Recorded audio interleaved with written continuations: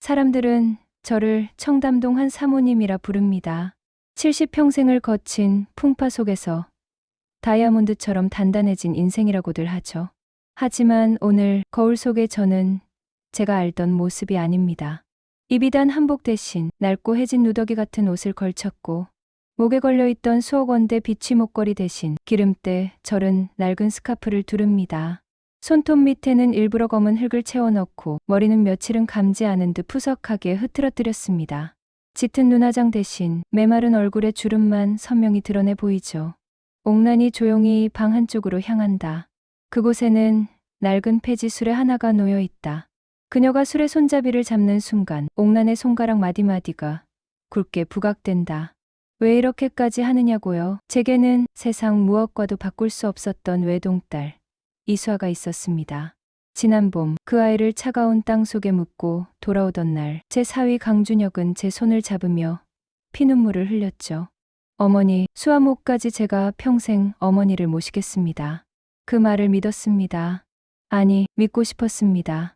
하지만 그 애가 떠난 지 채 1년도 되지 않아 들려오는 소문들은 차가운 겨울바람보다 매서웠습니다. 사위가 딸의 흔적을 지우고 벌써 다른 만남을 준비한다는 그 소문들. 그 비릿한 소문들이 제 밤을 잠식했습니다. 오늘 저는 제 전 재산 100억보다 제 명예보다 더 소중한 진실을 찾으러 갑니다. 내 딸이 목숨 바쳐 사랑했던 그 남자가 과연 인간인지 아니면 돈에 눈이 먼 괴물인지. 낡은 폐지 수레를 미는 제 손등에 핏줄이 돋습니다. 딸아, 엄마가 가는 이 길이 과연 맞는 길이니? 수레의 삐걱거리는 바퀴 소리가 아스팔트를 긁는 소리가 마치 제 심장을 긁는 소리처럼 날카롭게 들려옵니다. 옥란이 은행 정문을 향해 폐지 수레를 밀며 멈춰 선다. 그녀의 눈빛이 서늘하게 빛나며 정면으로 은행의 웅장한 로고가 보인다. 자, 이제 연극을 시작해볼까? 강 팀장. 서울 한복판, 눈부시게 빛나는 통유리로 장식된 드림은행 본점. 이곳은 돈이 권력이고 수트의 매무새가 곧 인격이 되는 곳입니다. 그 성역의 중심에 제 사위 강준혁 팀장이 있습니다. 그는 지금 VIP 고객들에게 우아한 미소를 지으며 최고급 원두로 내린 커피를 대접하고 있겠죠. 저를 어머니라 부르며 살갑게 굴던 그 얼굴로 말입니다. 옥란이 끄는 폐지 수레가 은행 앞 대리석 바닥에 닿자마자 카메라가 서서히 주변 사람들의 표정을 스캔한다. 럭셔리한 옷차림의 사람들이 코를 찌푸리며 혐오스러운 표정으로 옥란을 피한다.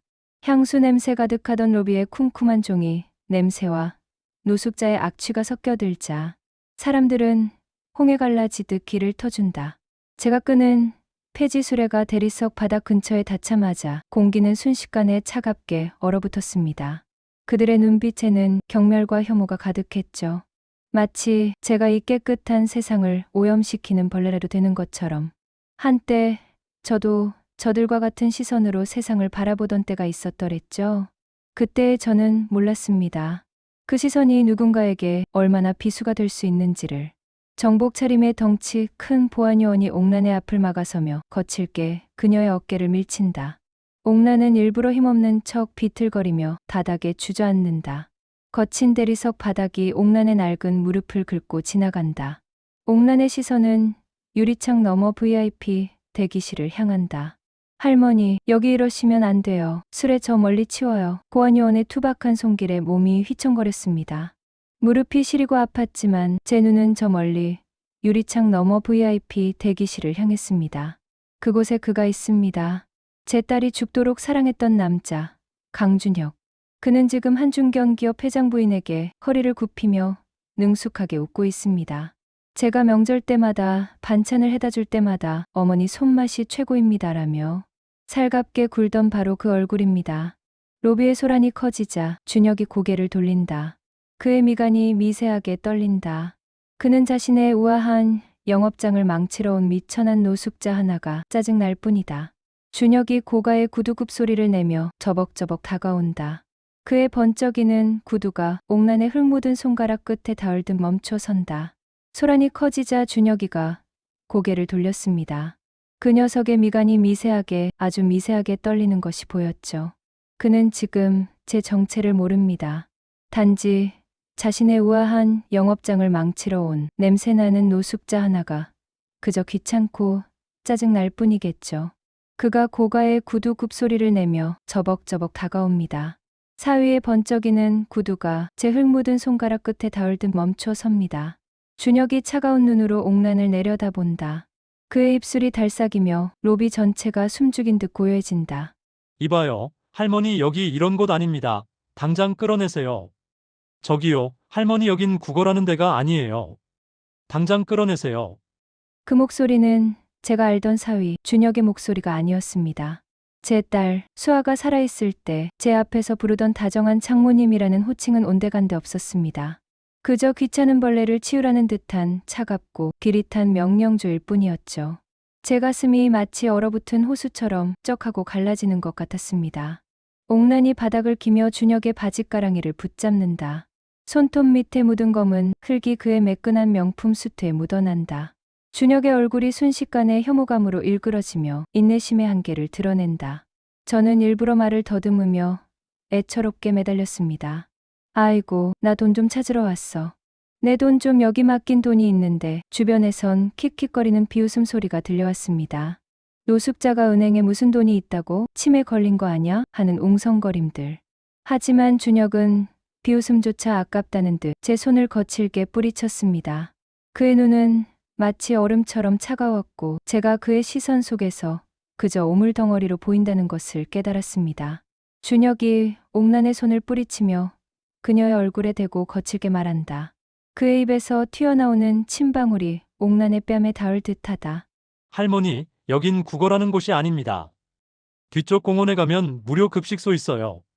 거기나 가세요. 내 수트가 얼마짜린 줄 알고 이 더러운 손을 대. 더러운 손 제 심장이 타들어가는 것 같았습니다. 그 손으로 제가 지 사법고시 뒷바라지 할 때 싸다 준 도시락이 몇 개이며 딸아이 병원비에 보태라며 그에 몰래 건넨 쌈짓돈이 얼마인데 제 심장이 타들어가는 것 같았습니다. 수아야, 내가 보고 있니? 내가 선택한 이 남자가 지금 내 엄마에게 뭐라고 하는지 들리니? 준혁은 경멸 어린 시선으로 직원들에게 지시한다. 당장 경찰 부르고 바닥 소독해. 냄새나서 손님을 못 받겠잖아. 그는 돌아서며 혼잣말로 중얼거린다. 젠장, 운수산업계 아침부터 저런 인간이 꼬여가지고. 준혁은 저를 지나쳐 돌아서며 혼잣말을 중얼거렸습니다. 운수산업계 아침부터 저런 인간이 꼬여가지고 그 말 한마디가 제 가슴에 비수처럼 꽂혔습니다. 저는 떨리는 손으로 제 낡은 가방 지퍼를 잡았습니다. 사위가 경찰에 신고하려는 바로 그 순간 저는 가방 속에 숨겨둔 5억 원짜리 수표 다발을 만져봅니다.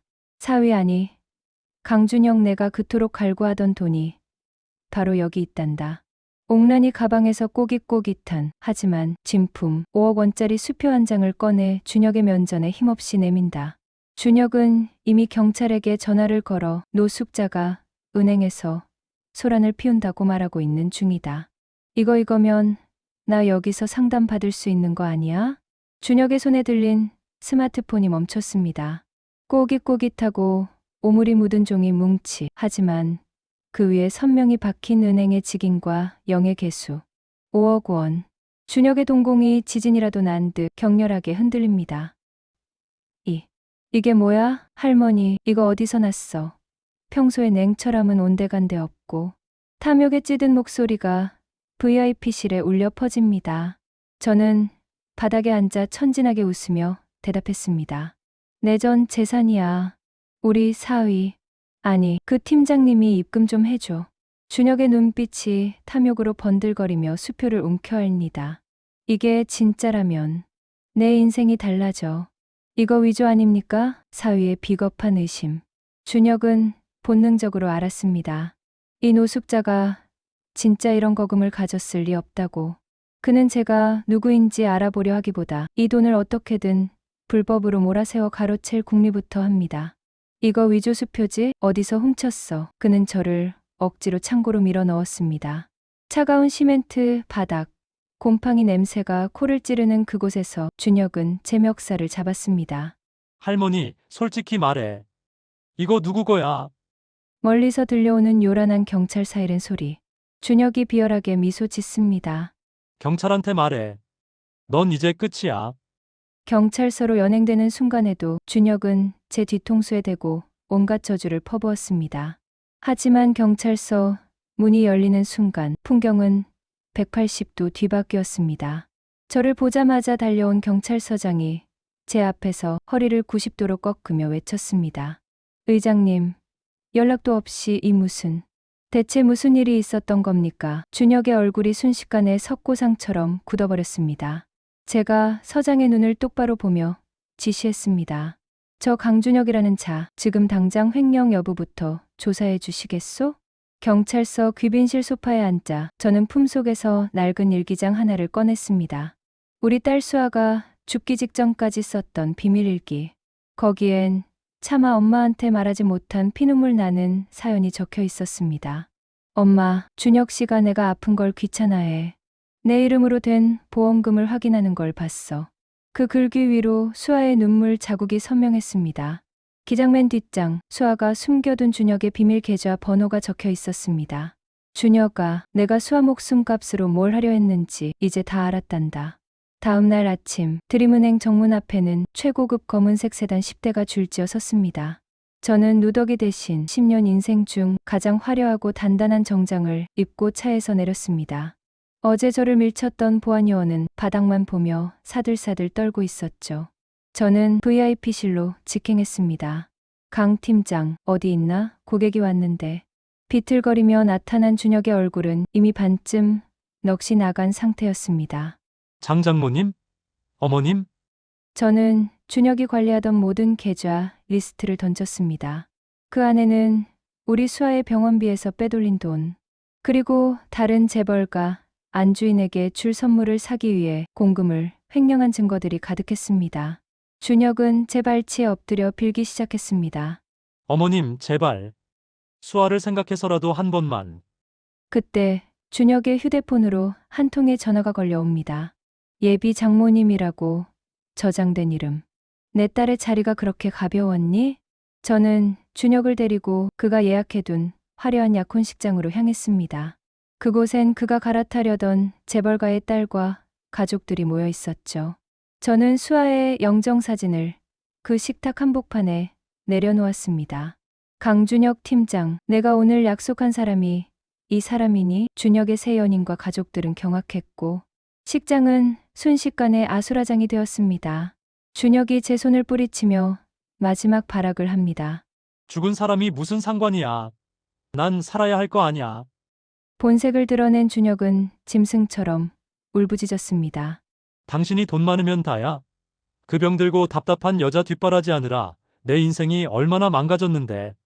그 모든 폭언은 제가 미리 설치해둔 실시간 스트리밍을 통해 은행 전산망과 뉴스 제보창으로 흘러가고 있었습니다. 그의 유능한 사위 가면이 전 국민 앞에서 조각조각 부서지는 순간이었습니다. 때 검찰 수사관들이 식장 문을 열고 들어옵니다. 강준혁 씨, 긴급 체포합니다. 자네는 오늘부로 파멸일세. 준혁은 수의를 입기도 전에 모든 것을 잃었습니다. 제가 은행 대주주의 권한으로 그의 퇴직금과 재산을 동결시켰고 그가 누리던 아파트와 차는 압류되었습니다. 저는 감옥에 가기 전 그를 찾아가 마지막 선물을 건넸습니다. 자네가 그렇게 싫어하던 노숙자 옷일세. 나가서 입을 옷은 있어야지. 바닥에 떨어진 낡은 옷을 보며 준혁은 짐승처럼 울부짖었습니다. 몇 달 후 가석방으로 풀려난 준혁은 갈 곳이 없었습니다. 전과자이자 배신자로 낙인 찍힌 그에게 남은 건 제가 준 낡은 수레뿐이었습니다. 그는 제가 했던 것처럼 한겨울 칼바람을 맞으며 폐지를 줍기 시작했습니다. 한때 억대 연봉을 받던 손은 동상으로 갈라졌고 명품 구두 대신 다 떨어진 운동화를 신었습니다. 쓰레기 더미 속에서 그가 발견한 것은 자신이 예전에 내버렸던 수아의 낡은 사진첩이었습니다. 준혁은 사진첩 속 수아의 환한 미소를 보며 길바닥에 주저앉아 오열했습니다. 수아야, 내가 미안하다. 내가 미쳤었어. 그는 폐지를 판 돈 몇천 원을 들고 수아의 납골당을 찾았습니다. 그곳엔 이미 제가 국화꽃 한 송이를 두고 기다리고 있었죠. 무릎을 꿇고 통곡하는 준혁에게 저는 차갑게 말했습니다. 이제야 내가 버린 게 뭔지 보이니? 남겨진 자들을 위한 위로, 인생은 겉옷이 아니라 속마음이다. 저는 준혁을 다시 받아들이지 않았습니다. 용서는 신의 영역이고 저는 그저 인간의 도리를 가르쳤을 뿐이니까요. 대신 저는 수아의 이름으로 희망의 은행을 세웠습니다. 담보가 없어 대출을 못 받는 가난한 이웃들에게 꿈을 빌려주는 곳이죠. 노을이 지는 언덕에서 저는 하늘을 향해 웃었습니다. 수아야, 이제 엄마 마음이 좀 편하다. 시청자 여러분, 겉모습으로 사람을 판단하지 마세요. 당신이 오늘 무시한 그 노인이 어쩌면 당신의 인생을 바꿀 마지막 기회일지도 모릅니다.